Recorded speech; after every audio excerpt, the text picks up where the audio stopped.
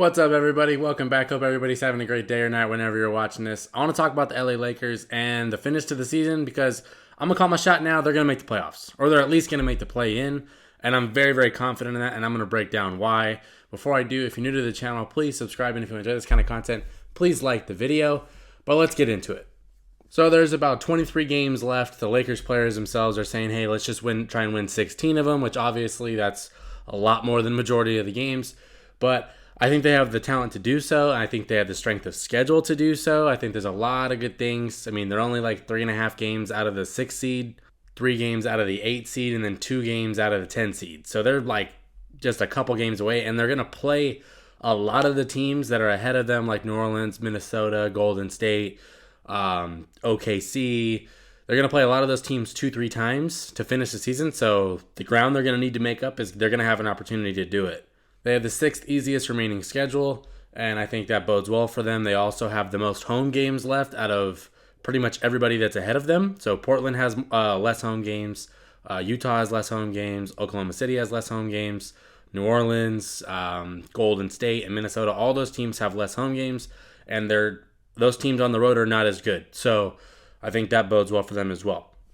And obviously, with all the trades that they made, the roster from 2 weeks ago it's just 100 times better.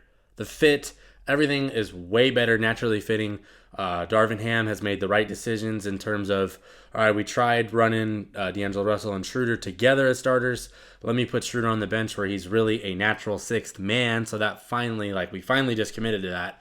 So the starting lineup with D'Angelo Russell, Malik Beasley, LeBron James, Jared Vanderbilt, and Anthony Davis is one of the best starting fives in the entire NBA, in my opinion, because they've got shooting, they've got versatility, they got really good defenders, and then obviously they have 2 of the best players on the planet on top of that.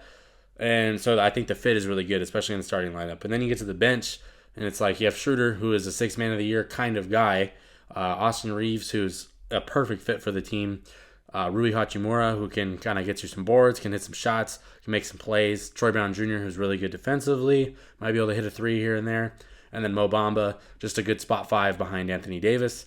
And then, you got guys like Wenyen Gabriel and Lonnie Walker as like the 11th and 12th men, so they're kind of the odd men out, but if you need them to step up, I think they can do that for us. So they got a lot of depth, they got a lot of versatility, and the fit is just way better. Like, if you've seen 2 of the 3 games that they played, they looked really good overall. Like, they beat the Warriors without LeBron.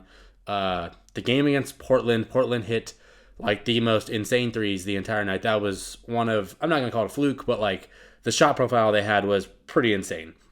And then the game against the Pelicans, where they pretty much dominated that one throughout.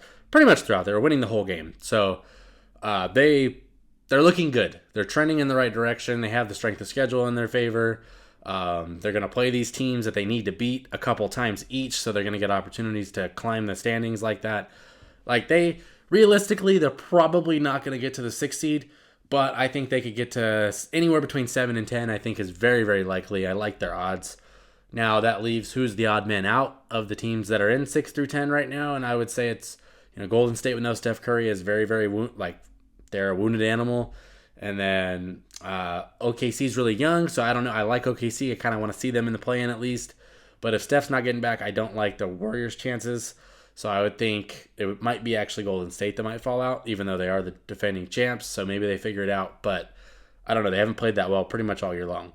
Ultimately, I just think now they have too much fitting talent to not make the play-in. I think that they're going to be able to climb it. Seeing how close they are to the 6th seed at the very highest point and then to the 10th seed at the lowest point, they're right there. They're scratching and clawing their way. And, they're arguably the healthiest team out of, 7 through 12. So you think, who's the 7th seed? New Orleans, no Zion. He's out for at least a few more weeks now. Unfortunately, I really love New Orleans with Zion. So hopefully he's able to get back and they can make the push into the playoffs. But so they're healthier than New Orleans. They are healthier than Golden State, obviously, because no Steph. They're healthier than Minnesota, no Cat. They're healthier than Portland. I thought I just heard Simons went down. I'm not 1,000% sure on that. I don't even know if Jeremy Grant's been playing, but I think they're healthier than them. So then Utah, who is one of those teams that's right there on the outside edge. I don't really know what Utah's plan is, considering they just made all those trades. They might be bottoming out. I don't know, but they've had a good season, especially according to expectations. So But Utah, with all the trades, I don't really know what they're going to look like. The only team that kind of leads OKC that's pretty healthy and kind of playing really good ball. So they're healthier than most teams ahead of them right now, which is a good sign. That's obviously going to be the biggest thing if you've watched the Lakers the past 3 years, essentially, to where they've just never been healthy. So if they're able to stay healthy, all this talent, I think that there's a way that they make it in, definitely into the play-in and then into the playoffs as a result of it. But time will tell. We will see. Laker fans, do you think they're going to make the play-in or the playoffs in general?